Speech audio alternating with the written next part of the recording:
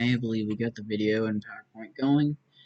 Hello, my name is Mr. Blizzard, and I want to be the first to welcome you all to this ninth grade World History course. In this video, I have prepared a PowerPoint in which we will go through and discuss certain things that I will come to expect from you all as students to be prepared for and to generally expect for this course. I will discuss just some general things I will expect, such as being prepared and the kinds of things we will discuss. And in the middle, towards the video, we will discuss in depth our first assignment and how you will go about doing this assignment, what I expect from you, and just generally how this first week or so of school will go. Now, I'm sure some of you are nervous, being freshmen and all. Admittedly, me being a new teacher, I am too, but I'm sure once we get to know each other and we get into the swing of things, everything will go fine. So I hope this video will ease your tensions as it's easing mine, and will help everybody feel ready for the first day. So, for the beginning, I want to discuss the general goals for this class. Now, these will be just certain things I want instead of what I want from you from the beginning, what I'll be wanting you to retain towards the end of this course. These are the things I'm hoping that you all will gain, and I hope you expect to see once going through our topics and subjects in this course. So by the end of this course, students will be able to understand historical subjects in great detail and be able to think critically on the serious topics this class will discuss. Students will be able to understand the context of major world conflicts and their influences on our modern society. Students will obtain knowledge that will make them better, smarter, and more responsible citizens of the world. I hope all of you will take these to heart and will look for these as we go through the class, just certain things that you'll retain, and hopefully you will all just generally be more well-rounded citizens towards the end of this course. So these are some just general things I want you all to know as we begin our course. In this class, you will be expected to take the subject material seriously, as we will delve into subject matter that should be respected. Students should come into class every day prepared to learn both mentally and functionally with their school materials. Students will be expected to retain the information presented in this class, as it will be relevant for later on in the class. Example, being able to read maps and historical documents to complete quizzes and tests. So, I'm sure some of this, what I've said, is what other teachers expect of you. Generally, the biggest one being, please come to class prepared. I'm sure you're tired of hearing it at this point, but please understand that we as teachers expect you to, at least in some degree, be prepared for class. This means having pencil and paper, having your textbook, be ready to take notes, be ready to listen, and above all, prepared to be respectful of both the teacher and the general subject matter. Which brings me to what else I've said in this, is we will be discussing very serious subject material that I believe and many others in my field believe needs to be respected. Things such as disastrous world conflicts and even delving into such dark subjects as genocide. We will be discussing a lot of things that do need to be respected. Generally, I believe that a lot of historical subjects need respect. So, one of my expectations is that you all take this very seriously and understand why this needs to be taken seriously. So, you'll just be generally more respectful of what we are talking about. And just generally, me saying you'll be expected to retain the information. To put it in simple terms, I'm expecting you to learn. I'm hoping that you will learn. Now, of course, this is a two-way street. I will be doing my part, including my colleagues. We will all be doing our parts to teach you. But just as I need to come prepared with material to give you and assignments, I expect you to be ready to retain it and to do the work. Okay? So, we're going to go ahead and jump into our first major lesson we're going to be talking about, and that will be maps. I'm sure you can see I add a little funny cartoon little clip. That is from an older cartoon from the early 90s and 2000s, or the late 90s, early 2000s, Animaniacs. That's Yakko, I believe is his name. He goes over the nations of the world. You can actually see this on YouTube. I'm sure you can find that quite easy. But yes, we will be discussing maps because I believe when it comes to history, learning the locations of places makes history easier to learn. And a lot of our assignments later in the course will require you to look at maps for context for such things as world wars. So I think this is a lesson that you all should know towards the beginning, so it'll help you later on.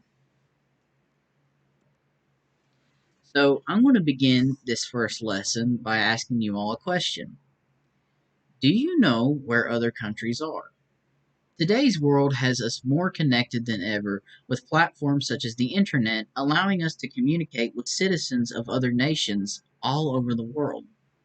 However, this does beg the question, how well do you know other countries? I'm sure you have I'm sure you have heard of many countries, but do you even know where they are?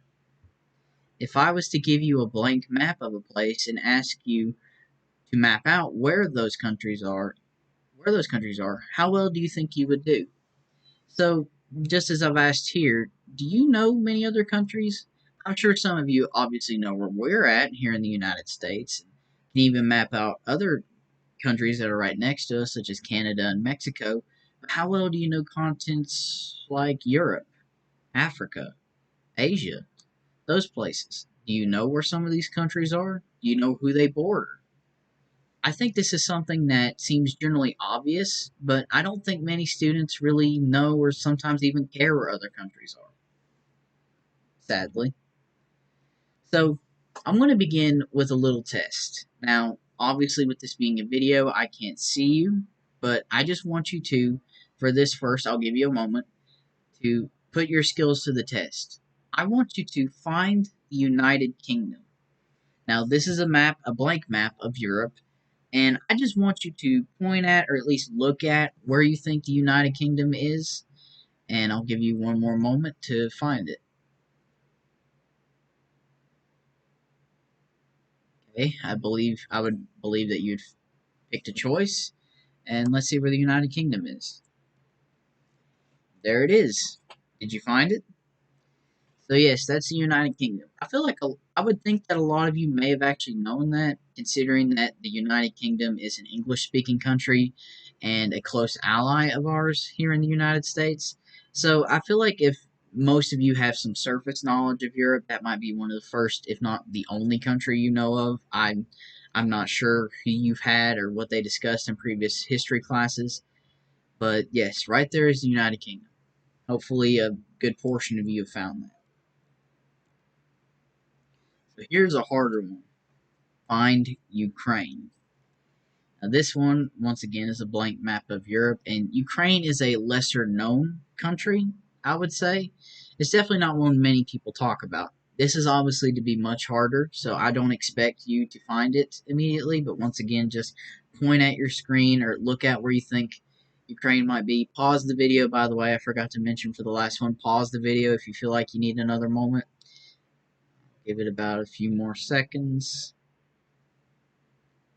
And there. Alright.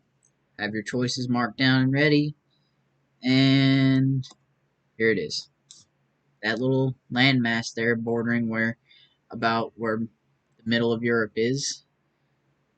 There's Ukraine. I would be surprised if a good portion of you found it. Maybe some of you got it. Maybe none of you got it. That's not too surprising, to be honest. A lot of students would have trouble finding places that are little known to them, especially Slavic places, such as Ukraine or Poland. Areas such as that is kind of hard for some American students to grasp, or at least those with limited map knowledge. So I'm sure many of you who are kind of bored at this little game that we're playing or didn't think that was too fun are probably asking, why does this matter?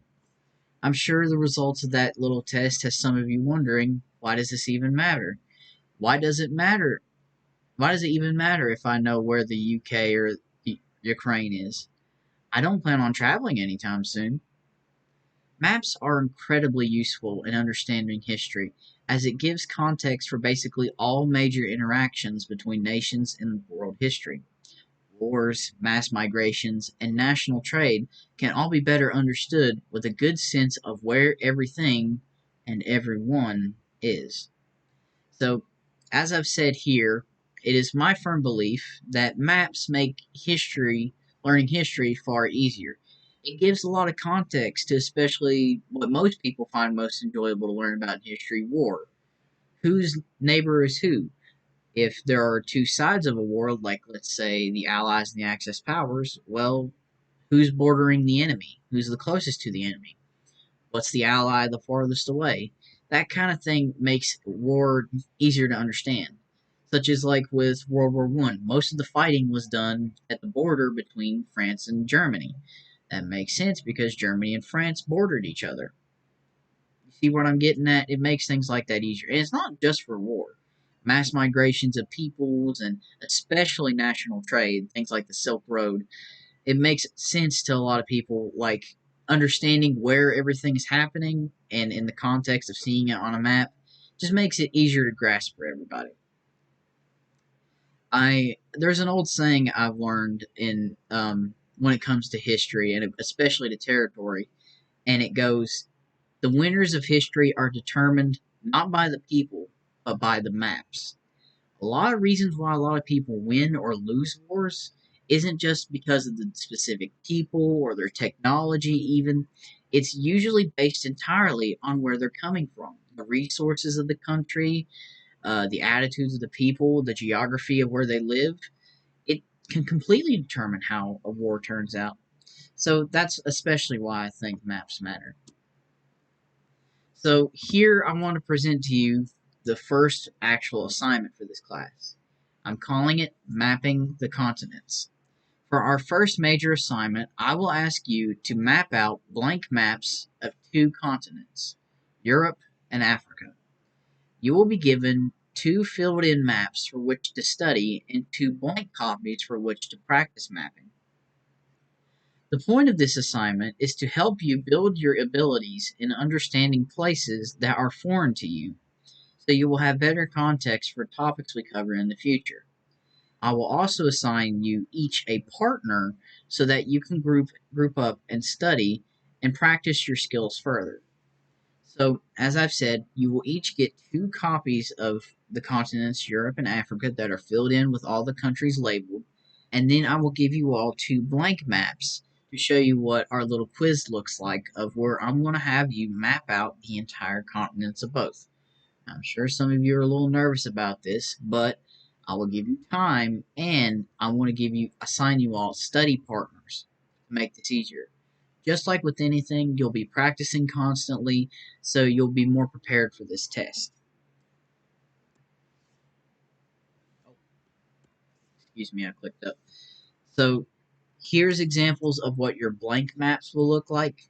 There's Europe, as we've seen from the previous assignment, and here's Africa, a continent that is very, very unknown by most Americans. I would not be surprised if some of you could even pick out where any African nation is.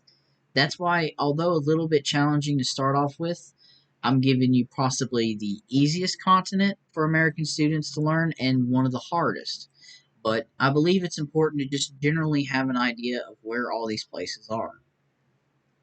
And right after, here's an example of filled-in maps of both continents. Now, what I will be giving you won't look exactly like this. I have not had the time to complete a map, but I will complete a map and give you all copies of my completed map. But of course, if you need help, if you lose those papers, it's just as easy as looking it up and seeing it on Google to practice where these places are. But on the note, make sure that these maps are up to date.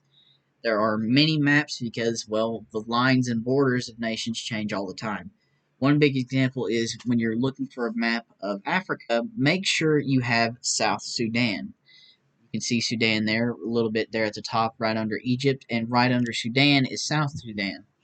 Fun fact, South Sudan is the world's youngest country, becoming a nation, I believe, in the late 2000s, early 2010s. It's the youngest nation in the world. So that's the defining factor you can find to make sure that that map of Africa is up to date. But remember, I will be giving you a completed copy of both blank continents for which you can study with. So, how to go about this assignment? To memorize the names and locations of nations, it is always a good idea to come up with a memory habit. Usually, some people have some tips and tricks for figuring out who borders who and where is what when it comes to these map quizzes. And probably the most important tip I can give is practice, practice, practice.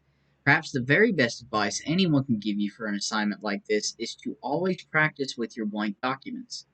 I can always give you more blank maps if you want to do a practice attempt.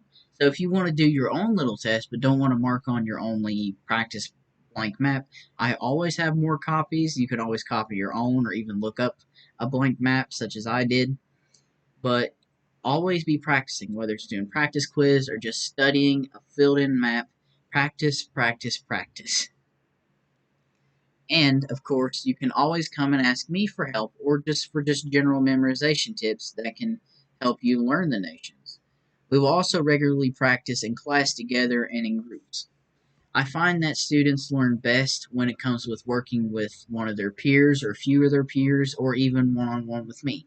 And me being your teacher, I am, of course, always welcome to help any of my students practice. This is the kind of stuff, admittedly, I've done for fun. Some of you might think it's a bit nerdy, but mapping places was always something fun of mine. So, of course, you can approach me. Maybe I'll have a tip or two that can help you in the future. Oh, and the final part of this assignment, I just want you all to be ready to write. This lesson will also have a little after assignment for when we finish with the mapping test that I want you to go ahead and start thinking about. After the test for homework, I want you to write me a 1 to 2 paragraph written response to the following question. In your own words, how can knowing the locations of nations help with your understanding of major events in world history? I've already said quite a bit about how I believe learning maps is very important to world history in general, but I want to hear it in your own words. Don't just come back to this video and use my own. Come up with your own ideas. I'm sure many of you can understand why it would be important for world history, but most of all, I want to hear from you. And of course, this written assignment isn't very long, just 1 to 2 paragraphs, maybe about 5 to 6 sentences each. Just give me just a general idea of what you think of this. When you did this assignment and went through all the practicing and did the quiz, what do you think you gleaned the most from it? And do you think you feel a little more confident in understanding what we'll be discussing in the future? Alright, I believe that's it. I want to thank you all for watching. Thank you for watching my lesson presentation. I hope you are all as excited as I am to begin this class together. I think we will all work together great and we'll learn a lot as we go through the topics. Have a wonderful day and I will see you soon. So, not just speaking from the PowerPoint, I genuinely want to thank you all for watching. I hope you all are as excited as I am. I'm sure you all are a little nervous and maybe already hate me a little bit for having such a big assignment at the beginning, but trust me when I say it ain't as scary as I think some of you are thinking, and maybe, who knows, maybe you're like me, you'll find it fun. But generally, genuinely, I want to say I'm excited to learn with all of you, to teach you, and I hope you all come to like me as your history teacher. Thank you, and have a good day.